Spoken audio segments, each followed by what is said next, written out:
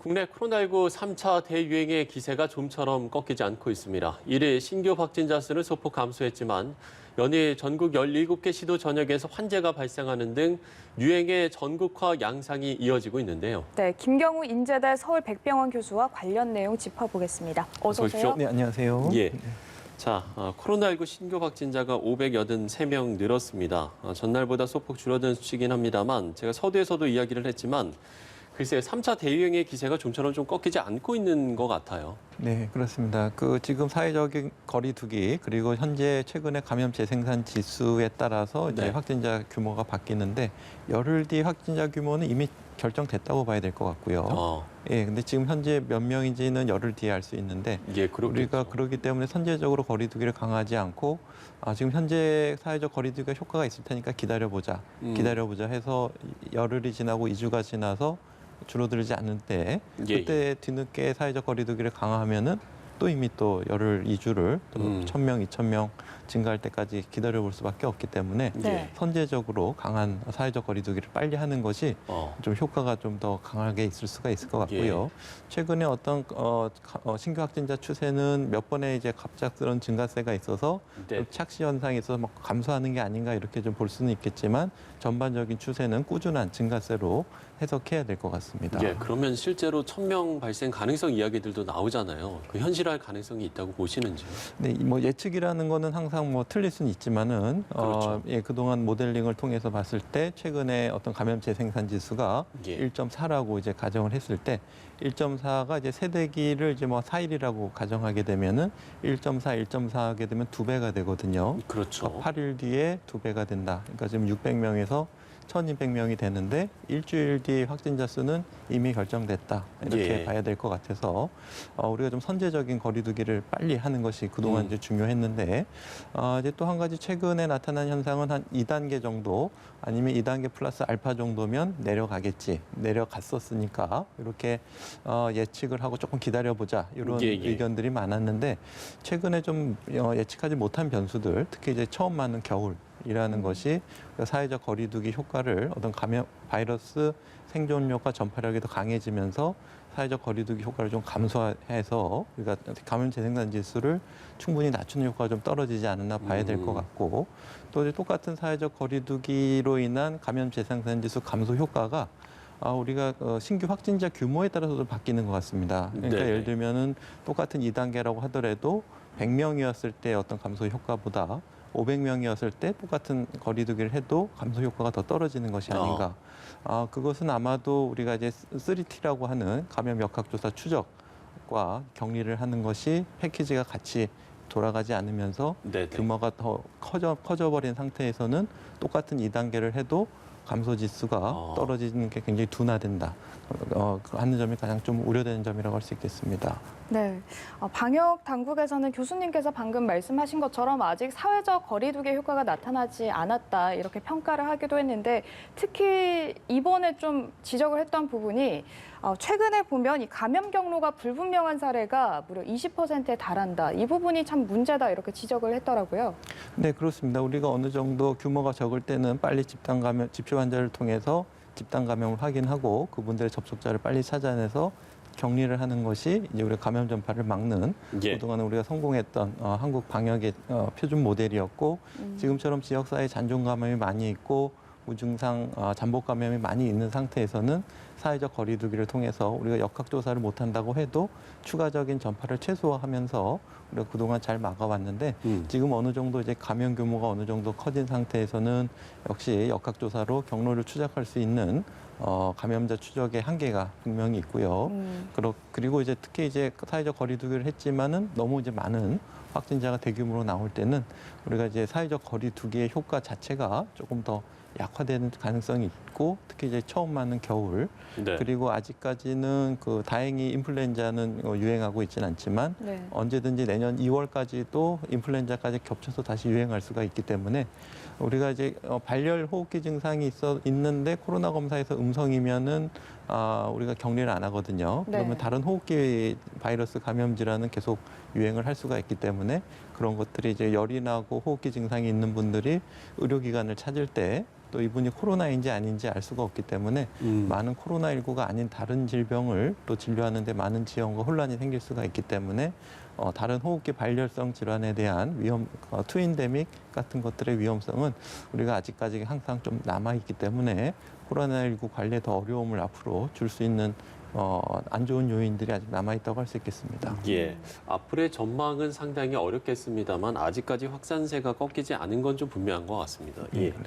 자, 특히 서울의 확산세가 심상치 않은 것 같은데 지금 뭐 보면 뮤지컬 연습장, 와인바, 보험사, 부동산 업체, 탁구장, 뭐 크고 작은 집단 감염이 계속 이어지고 있어요. 그리고 이런 상황에서 지금 이제 오늘 밤 9시부터 서울시가 대부분의 시설의 영업을 제한을 하게 되는데 글쎄 좀 효과를 볼 수 있겠습니까? 네, 일단은 좀 그 21시 제한만으로 좀 효과가 좀 부족할 수 있을 것 같고요. 이제 어떤 분들은 바이러스가 21시 이후에는 활동을 안 하냐 이렇게 얘기하시는 네, 분들 그런 계세요. 이야기들도 있더라고요. 네, 맞습니다. 그리고 또 풍선 효과로 21시 이후에 못 하니까 그 전에 몰려서 한다든지 그럴 가능성에 대한 충분한 좀 대비가 필요할 것 같고요. 네네. 물론 이제 21시 이후에 못 한다 그러면 좀 상대적으로 어떤 21시 이후에 했던 어떤 모임이나 이런 것들을 취소하고 연기하고 그런 효과는 일부 있을 것 같긴 한데 그것만으로는 좀 부족할 수가 있고 오히려 좀 추가적으로 비대면 소비를 활성화할 수 있는 방안들을 조금 네. 더 적극적으로 그러니까 예를 들어서 식당 같은 경우에서도 어떤 비대면으로 포장해서 좀 다시 살 수 있는 것들을 21시 이후가 아니라고 하더라도 좀 적극적으로 지원해서 예, 예를 들면 뭐 가격적으로 차별을 둔다든지 포장하면 더 할인이 되고 아니면 매장에서 식사하시면 조금 더 비용을 더 받는다든지 해서 좀 이렇게 우리가 금지하는 것도 있지만 비대면을 유도하는 정책들도 같이 병행해서 하는 것들이 좀 도움이 될 것 같고요. 또 21시 이후에 이제 멈춤에 대해서도 이제 뭐 이렇게 뭐 모임을 해서 21시에 다니시는 분도 있지만 직장 때문에 이렇게 다니시는 분들에 대한 지적도 많이 있었는데 예. 일단은 그 조금 현재 상황 정책에 대한 모니터링을 해서 만약에 이제 21시 이후에 어떤 제한하는 것이 뭐 실효성이 좀 떨어진다 생각하면 좀 적극적으로 개선하고 보다 좀 효과성이 있는 정책들을 특히 이제 지금 어떤 거리두기 강화 정책은 지자체별로 많은 자율성과 책임성이 강화됐기 때문에 네네. 지자체별로 많은 고민과 좀 좋은 아이디어들 또 좋은 정책들이 또 각 지자체별로 이렇게 퍼졌으면 좋겠습니다. 말씀을 해주신 것처럼 뭐 지금 상황이고 어쩔 수 없는 상황이다 보니까 비대면으로 좀 유도할 수 있는 정책을 고민해 볼 필요는 있는 것 같네요. 네, 그렇습니다. 똑같은 뭐 쿠폰을 발행한다고 하더라도 어떤 뭐 대면 소비를 활성화하는 것보다는 좀 비대면으로 할 수 있도록 여러 하고 가지 아이디어들이 좀 고민을 해보면 나올 수도 있을 것 같네요. 그렇습니다. 또 대기업을 지원해주는 쿠폰보다는 좀 소상공인 자영업자들을 지원해줄 수 있는 쪽으로 네. 많은 지원이 갈 수 있는 방법들이 필요할 것 같습니다. 알겠습니다. 확진자가 일단 굉장히 많이 늘어났기 때문에 그런 만큼 코로나 확산의 뭐 여러 사례들이 나오고 있지 않습니까? 그런데 보면 이 방역 당국이 수원 중앙 침례교회를 우수한 방역 사례로 꼽았거든요. 여기 사례를 한번 보면 여기서는 코로나19 확진자 3명이 예배에 참석을 했는데 이 3명과 접촉자로 분류된 사람이 무려 한 700여 명 정도 된다고 합니다. 그런데 전수 검사를 했는데 추가 확진자가 한 명도 안 나왔다면서요? 네, 그렇습니다. 지금 무엇보다도 국민들의 어떤 방역수칙 준수가 굉장히 필요한 상황에서 어떤 것들이 효과가 있고 어떤 것들은 효과가 없는지 어떤 것들은 주의하셔야 되는지에 대한 모범 사례들이 계속 나오고 있는데요. 예. 마스크 착용에 대해서는 이번 수원 침례교회 사례처럼 이분들이 충분히 이제 감염 전파력이 있는 시기에 예배를 여러 번 참석하셨는데도 불구하고 접촉하신 700명들이 모두 음성이 나왔다. 그 이유가 뭘까? 네, 마스크를 잘 착용하셨고 또 그 교회에서는 마스크를 안 쓰고 오신 분들에게 마스크를 나눠드리고 또 각 층별로 이렇게 마스크를 잘 쓰고 계시는지 관리하시는 분들이 계셔가지고 또 혹시 네. 마스크 착용이 소홀하면 이렇게 안내를 해드린다든지 이런 방역 수칙을 잘 지도했다는 모범 사례가 되겠는데요. 예. 다만 이 침대 사례가 아마 2020년 6월 사례로 좀 평가가 되는 것 같은데요. 시기 확인도 필요하겠지만 좀 겨울철에는 아무래도 좀 이렇게 밀폐된 환경에서는 마스크 착용을 조금 더 잘 하셔야 되고 네네. 오래 계시는 것 좀 피하셔야 되겠고 네. 또 이제 이 교회 같은 경우 좀 큰 교회 규모였을 가능성이 있기 때문에 아직도 조금 소규모 밀폐된 교회에서는 마스크를 잘 착용하셔도 이제 또 뭐 찬송가 부른다든지 또 하시는 과정에서 또 감염 전파가 있을 수가 있기 때문에 일단은 마스크를 잘 착용하시는 것이 뭐 교회 사례도 그렇고 뭐 동충하초 설명회도 그렇고 뭐 택시 이용하실 때도 그렇고 많은 사례들이 나오고 있는데 이제 참조만 하시고 또 피해야 되는 환경, 산밀 환경, 밀폐되는 환경에서는 오래 계시지 않고 마스크 착용 잘 하시고 또 마스크를 벗는 것을 절대로 하지 않는 그런 요령들도 같이 참조하시면 좋을 것 같습니다. 예. 네. 자, 이 시점에서 이제 시청자 여러분들도 궁금해하는 건 과연 이 백신이 언제쯤 우리가 이 백신을 맞을 수 있을까 이 부분일 것 같은데 현재 정부가 백신 계약을 체결한 아스트라제네카 역시 신뢰성 논란으로 또 추가 임상이 필요한 상황이지 않습니까? 그래서 연내 상용화 가능성도 있을까요? 어떻게 보세요? 예, 그 좀 기대를 많이 했었는데요. 예, 지금 아스트라제네카에서 처음에는 그 현재 진행 중인 미국의 임상 계획을 좀 변경해가지고 하겠다고 했다가 지금 최근에 또 새로 별도의 임상 시험을 하겠다고 발표한 것 예. 같습니다. 이렇게 되면은 임상 승인 시험을 또 계획하고 승인받고 실행하는데 또 시간이 좀 상당히 걸릴 것으로 좀 사실 이 우려가 연내라는 게 이제 며칠 남지 맞나요? 않아서요. 네, 예. 그렇습니다. 그래서 좀 내년 초에도 일찍 나오면 좋겠는데 좀 네네. 어려울 것 같고 그러기 위해서 이제는 우리가 이제 아스트라제네카 백신만 기대해서는 안 될 것 같고 다른 백신사도 확보하는 노력들도 같이 필요할 것 같은데요. 그러니까 파이자나 모더나 백신 같은 경우에 막 까다롭고 비싼데 예, 예. 오히려 그것이 우리나라가 좀 도입을 하는데 좀 수월할 수 있는 장점이 될 수도 있으니까 적극적으로 좀 알아보는 것이 좋을 것 같고요. 또 이제 우리가 승인은 안 받았다고 하더라도 임상 시험 단계에서 적용해 볼 수가 있거든요. 그러니까 네. 우리나라에서 아스트라제네카 백신에 대한 임상 시험을 좀 추가적으로 하면서 많은 분들이 맞는다든지 아니면 위약을 안 쓴다고 하더라도 혹시라도 이제 동정적 사용 승인이라 그래서 임상 시험 용품인데 본인이 동의하시는 경우에는 또 엄격한 연구 대상이 아니라고 하더라도 총리령으로 지정하는 긴급 질환에 대해서는 미리 사용할 방법도 있기 때문에 그런 것들에 대해서 조금 추가적으로 좀 적극적으로 항체 치료제라든지 백신에 대해서도 해볼 수는 있을 것 같은데 네네. 아무래도 아직 승인이 충분히 되지 않은 것을 임상 시험용으로 또 국민들이 맞으셨을 때 생기는 어떤 그 부작용에 대한 부담감, 그런 우려도 있을 수가 있죠. 그런 것들이 상당히 또 그것들을 시행하는 데 부담이 될 수가 있기 때문에 어떤 국민적인 합의라든지 또 본인의 어느 정도 적극적으로 동의하는 여부 또 그 이상에 대한 충분한 자료 검토 이런 것들을 통해서 다른 방법들도 좀 한번 고민해 볼 수 있을 것 같습니다. 네. 어쨌든 지금 현재 이 상황을 전체적으로 봤을 때 서울을 비롯한 뭐 수도권의 확산세가 굉장히 크기 때문에 그 비중이 굉장히 크지만 또 부산에서도 이 확진자가 계속 나와서 좀 이 부분이 걱정이 되거든요. 사례들을 보면 뭐 초연음악실, 학장 성심요양병원 뭐 여기 관련해서 확진자들이 나오고 있는데 일단 문제는 여유 병상이 없다. 이 부분인 것 같습니다. 네, 그렇습니다. 여유병상이 빠르게 소진되는 것 같고 최근 예. 부산시 당국에 따르면은 부산시의 어떤 감염 재생산 지수가 거의 뭐 1.8 내지 1.9 수준이다. 네. 거의 2주 간격, 1주 간격으로 4배 가까이 빠르게 증가할 수 있는 게 위험한 굉장히 상황. 빠르네요. 그렇습니다. 네, 그리고 지금 초연음악실 같은 경우에도 지금 관련 확진자가 173명으로 굉장히 알고 보니까 이제 많은 전파가 있었던 것이 확인됐고 예. 또 부산도 수도권 못지않게 인구 밀도가 높고 다중이용시설 많은 분들이 접촉이 일어나는 그런 특성이 있고 특히 이제 부산은 이제 경남권 주변 지역에서 어떤 핵심적인 거점 도시 역할을 하면서 네. 주요 상급 종합병원들이 있기 때문에 부산시뿐만 아니라 주변에 있는 어떤 중환자분들도 수용해야 되는 역할을 해야 되는데 아마 이제 병상 부족이라든지 중환자 발생이 급증하게 되면은 네네. 부산시가 또 제2의 대구 경부 사태를 맞을 수가 있기 때문에 일단은 당장은 이제 뭐 경부권이라든지 주변 예. 지역권으로 좀 환자를 이송할 수는 있겠지만 결국 그 주변의 지자체도 이렇게 여유가 많지 않기 때문에 주변도 꼭 포화될 가능성이 있어서 좀 빨리 적극적으로 부산과 그 근방에 있는 모든 지자체가 적극적으로 환자 수를 줄이지 않으면 좀 굉장히 좀 지역적으로 큰 위기를 맞을 수 있는 예. 위험도 있을 수 있다고 볼 수 있겠습니다. 부산 지역 말고도 지금 전국적으로는 그러면 상황이 좀 어떻습니까?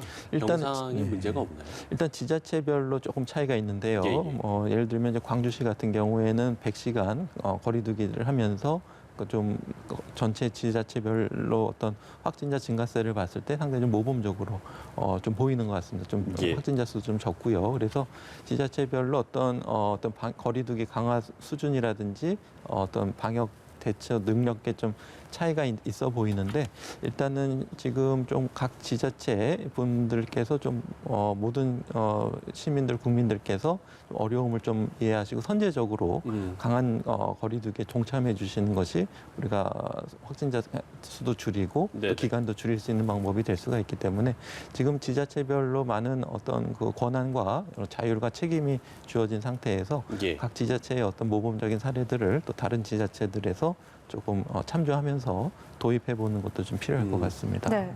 지금 보면 이번 3차 유행은 우리 일상 곳곳에서 발생을 하고 있고 아까 교수님께서도 말씀을 해주셨지만 코로나19 이후에 처음 맞이하는 겨울이잖아요. 그래서 그런 계절적인 요인까지 좀 생각을 해봤을 때 쉽게 이게 꺾이지 않겠다. 이런 전망도 나오고 있거든요. 근데 저희가 사회적 거리두기를 더 상향하는 부분에 있어서 뭐 경제적으로 좀 부담이 된다. 그런 지적들이 나오고 있는데 그럼에도 불구하고 좀 상향시킬 필요가 있다. 이렇게 보시는지요? 그렇습니다. 상향시키는 것이 우리가 경제적인 부작용을 최소화할 수 있는 방법이 되겠는데요. 우리가 거리두기를 강화했을 때 피해를 입으시는 부분하고 거리를 둬서 확진자를 줄였을 때 생기는 경제적인 이득 이런 것들을 같이 좀 비교해 봐야 될 것 같고 우리가 강한 사회적 거리두기로 신규 확진자를 줄였을 때 얻은 경제적인 이득을 피해를 입으신 분들에게 적극적인 지원을 해드리고 또 비대면 소비를 활성화시키는 정책들을 적극적으로 도입해서 이분들을 좀 지원해드리고 이런 노력들이 좀 필요할 것 같은데요. 예를 들면은 사회적 거리두기에 따른 어떤 비용 같은 경우에 신규 확진자 한 명이 발생했을 때 드는 경제 비용이 어느 정도인가에 대해서 지난 5월이긴 하지만은 어떤 보도에 따르면 뭐 진료비라든지 사회적 격리되시는 분이라든지 영업이 중단되신다든지 이런 것들을 따졌을 때 1인당 4,400만 원이라는 보도가 있거든요. 그렇게 되면은 신규 확진자 500명이 발생되면 거의 뭐 매일 뭐 200억 이상 돈이 든다는 뭐 직접 치료비, 간접 경제 비용이 든다는 뜻이 될 수도 있고요. 또 저 기재부에서 발표한 어떤 경제 분석에 따르면 우리나라 그동안 방역을 잘 해서 OECD 국가 중에서는 1위, 또 G20 국가에서는 2위로 경제 성장률을 보이고 있었는데 최근에 어떤 확진자 증가하면서 경제 성장률이 또 낮아지는 이런 지표도 보이고 있기 때문에 우리가 방역이 곧 경제다라는 말이 있는 것처럼 우리가 방역을 잘 했을 때 생기는 경제적인 이득을 이런 피해를 보시는 분들에 적극 지원을 해드리고 비대면 소비를 활성화하고 이런 정책 쪽으로 나가는 것이 지금 우리가 소상공인의 피해가 두려워서 사회적 거리두기를 굉장히 좀 주저하는 것에 대해서 우리가 좀 다시 한번 좀 생각해 볼 필요가 있을 것 같습니다. 자, 마지막으로 좀 짧게 한 가지만 더 질문을 더 드리면 대입 논술 면접이 지금 시작이 됐는데 이게 이제 대학별로 이제 자체적으로 이제 방역 대책을 강구해야 되는 부분인 거잖아요. 그래서 이 부분 때문에 뭐 불안감을 좀 갖고 계시는 분들도 있는 것 같습니다. 어떤 점을 좀 주의를 해야 될 것 같습니다. 네, 맞습니다. 이제 대학별 어떤 전형 또 차이가 굉장히 다양하고 또 대학별로 어떤 방역을 할 수 있는 환경이 또 특성이 또 당연히 다양하기 때문에 다 다르기 때문에 상당히 좀 어려운 점이 많은데요. 기회를 공평하게 주면서 하지만 또 시험장에서는 감염 전파가 일어나지 않도록 방역을 잘 해야 되는 중간에 균형을 잘 맞춰야 되는데 일단은 우리가 기존에 알고 있는 것처럼 밀폐된 환경에서는 거리두기를 해도 충분히 감염이 될 수가 있기 때문에 충분한 환기가 중요하다. 그리고 우리가 체온을 측정하고 증상을 물어보지만 무증상 중에도 얼마든지 감염자가 있을 수가 있기 때문에 무증상 수험생이라고 하더라도 충분한 방역 수칙, 마스크 쓰기, 거리두기, 환기 이런 것들이 굉장히 중요하겠고요. 우리가 수능 전날에 이제 보건소에서 적극적으로 검사를 해서 수능 학생들 경우에는 좀 우선적으로 빨리 검사를 해주고 이런 것들이 있었는데 이 수능이 끝난 이후라고 하더라도 어떤 학생들이라든지 이런 분들에게는 보건소에서 계속 이런 적극적으로 빨리 신속하게 검사를 해주는 제도들이 계속 조금 이어졌으면 하는 바람들이 있고 또 학생들뿐만 아니라 이제 충분한 대학교에서도 어떤 방역 수칙 준비, 충분한 공간을 준비하고 충분한 방역 관리 인력을 투입하고 또 그분들에 대한 또 적극적인 검사 이런 것들이 같이 이루어지는 것이 필요할 것 같습니다. 네, 알겠습니다. 지금까지 김경우 인제대 서울백병원 교수의 말씀 들어봤습니다. 오늘 말씀 고맙습니다. 네, 감사합니다.